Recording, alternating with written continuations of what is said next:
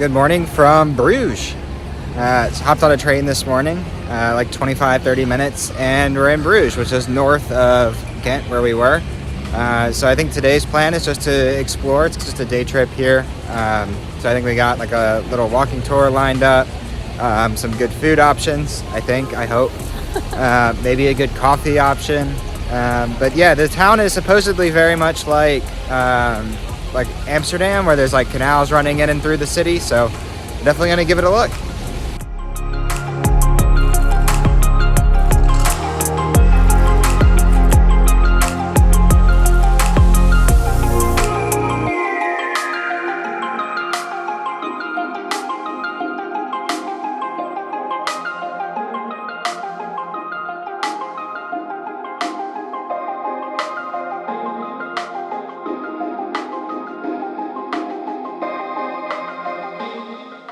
So our tour starts here. We made it to what I would assume is the center of town. Behind us is the Belfry Tower, and then we've got a really nice plaza that we're standing in that they're actually turning into the Christmas market right now. So there's a lot going on. But yeah, this was an old Viking city, and Bruges, I guess, is named after, this is where all the boats would be essentially come through. There's canals that wind their way through the city. But so far it's really beautiful. It's really quaint outside of city center, 2-story townhouses, really small.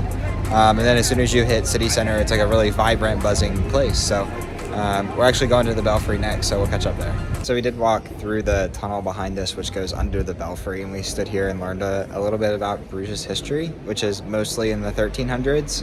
I think that the 1300s, there was this big scuffle, I think, between the local people, which are essentially called like the Flemish, and the French, where they started to essentially, the only way I can say it is like commit genocide against the French that lived in the city. And then after they did that, obviously France and Paris was not too happy, so they sent a big army here.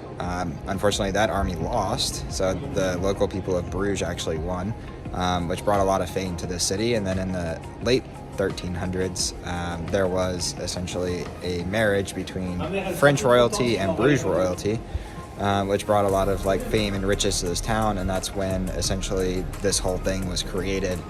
The Belfry, they finally had money to build it. The whole town was built. So kind of gives some perspective to when the town was started. And weirdest fact that we learned is that the Flemish women used to shave their foreheads, so they were essentially half bald. So that was just really strange. Yeah, but we're going to continue on with our tour. I think we got a long one today, so we're probably not going to hit every stop, but we'll get to most of them.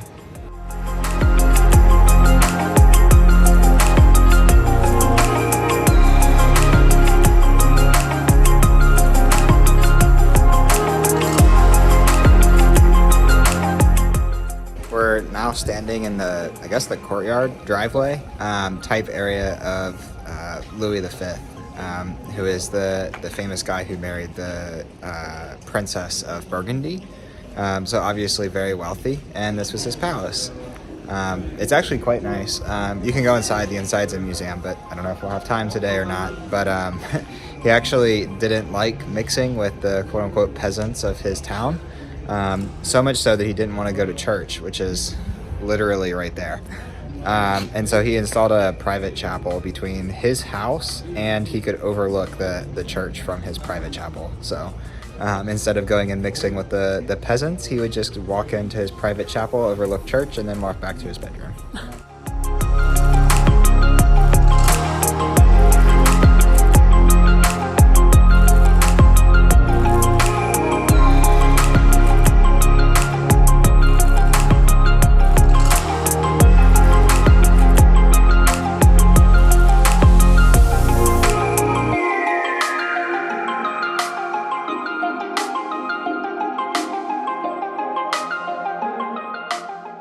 We're now standing on the grounds of the old hospital, which is actually one of the oldest hospitals in the world, which was created around 1100. It was actually in operation to 1977.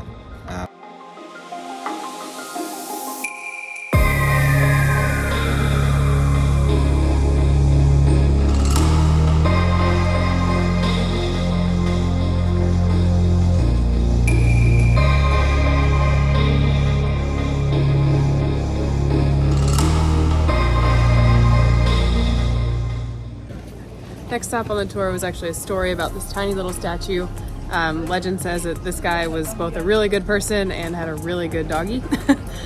He left all of his belongings at home in the 1300s to go help people with the Black Plague, and unfortunately caught it himself, but a dog found him in the woods, and legend says that the dog went and found him food and bread every day and brought it back to him in the woods, which actually healed him. So good person, great dog, and kind of a cool story.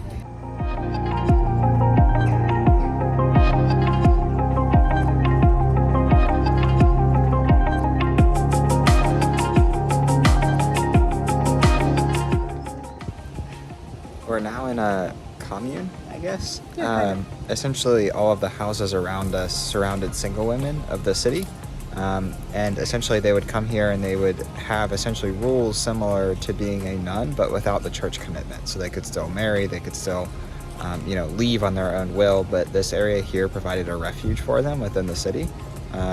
And the two biggest things inside this refuge, which is kind of like a big shaped square, is a brewery and a church. So all you need. The important things.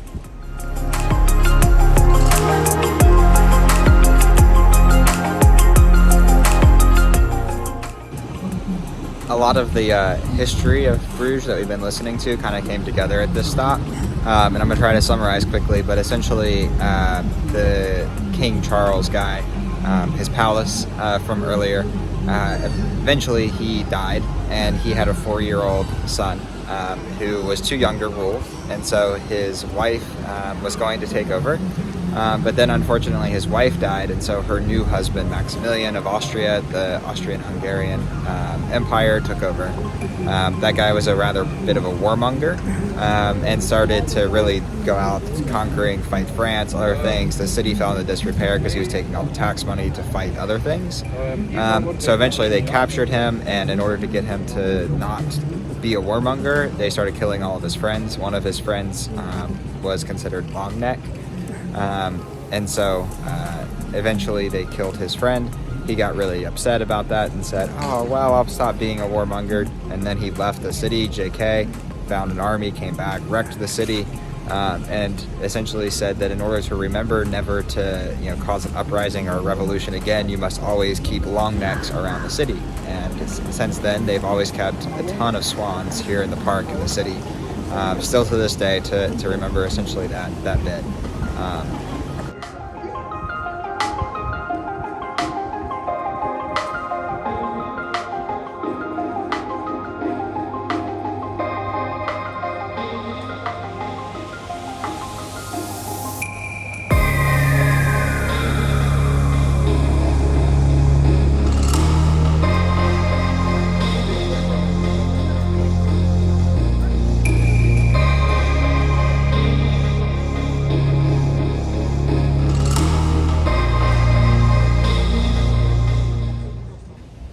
The next stop is maybe, 100 feet from the brewery, and this marks the entrance to the medieval red light district of Bruges. And it's marked by the two swans facing away from each other on the top of the building.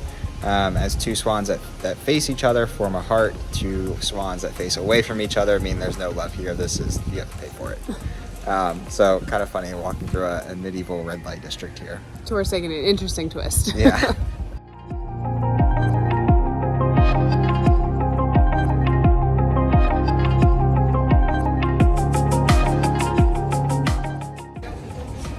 We left the current stop on the tour just because it's actually where people still live.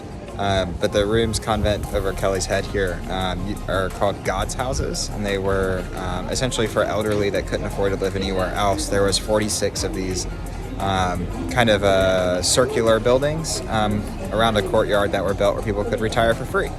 So that's really cool. I got a really quick video. Again, people still live there, so I'm not gonna video their actual home. But I think we might take a break on the tour now and try to find some lunch or some coffee. It's almost 1 o'clock now, and then we'll pick it up later. Just had lunch at this place called Soup, and guess what? We had soup. It was really good. I had tomato soup. Kelly had pumpkin soup. Honestly, it's not super cold today, but when you're standing outside all day, it does get a little chilly, and just what we needed. Yeah, and it was definitely homemade. The woman was literally cooking the soups Yeah. in big pots on her stove, so it was really, really tasty. Yeah, it was awesome. But I think we need a little pick-me-up, so time to find some coffee.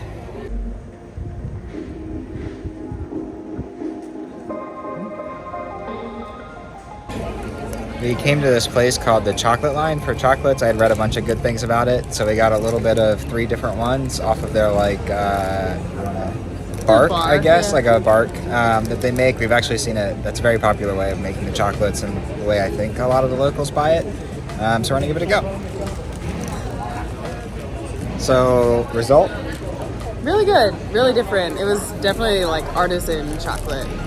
Yeah, we got a white chocolate that had like little crisps in it, a dark chocolate that had the same little crisps, and then the milk chocolate they had was with gingerbread and cardamom, and that was fire. Yeah, that one was really good. Picking up with the tour, they stopped us at the center church, or the largest church, Church of Our Lady here in Bruges, and we learned that the tower is actually the 2nd largest or tallest tower built entirely out of bricks in the world. So that's pretty cool.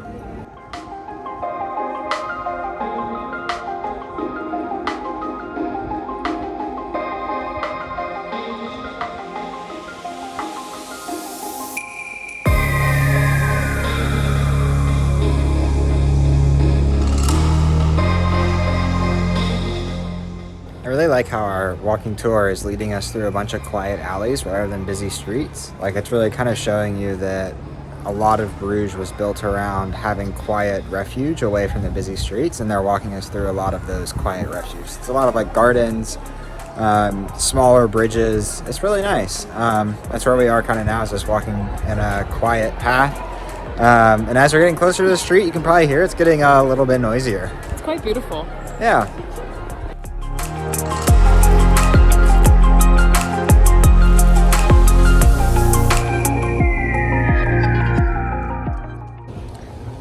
The tour brought us into this little square, which used to be where the tanners made leather, and all of the disgusting things that they used to make the leather. And we're going to keep this PG, but there's a little statue here to represent a guy turning up his nose because of how bad this used to smell. But it was funny because Kelly walked into this little alley right here, and before our tour started playing, she said, "Wow, it smells so good in here," because of all of these restaurants, which it does. So just a really stark comparison. And also, this little square is awesome. There's like restaurants on every corner. It smells really good. The buildings are old. This is really cool. On one of our final stops of the tour, it brought us to the fish market here, which is the covered portico section. They actually had some pretty strict rules that if you sold bad fish, then you'd be banned from the city.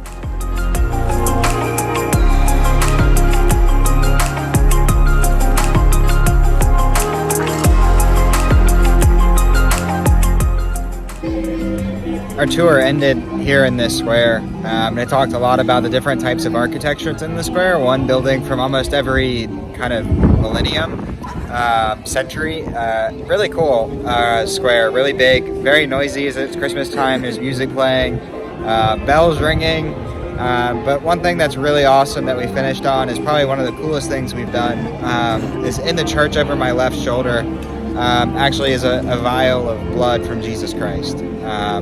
And so it's no pictures or videos are allowed inside, but it's really special to see such a thing. I didn't even know it existed. But really cool. It's tucked away in this really quaint little church off the square. It's not in some grand place, but they are the forever holders of such a relic. So yeah, I really appreciated getting to see it and then sit down and just say a silent prayer and take it all in for a moment. Yeah, but that said, that's kind of all of our tour of Bruges. I think I enjoyed the tour, gave us some context to the city, but I think we're going to wander around for a while and kind of take in some of the sights maybe a little more slowly than the tour, and then probably try to find some dinner before we head back to Ghent.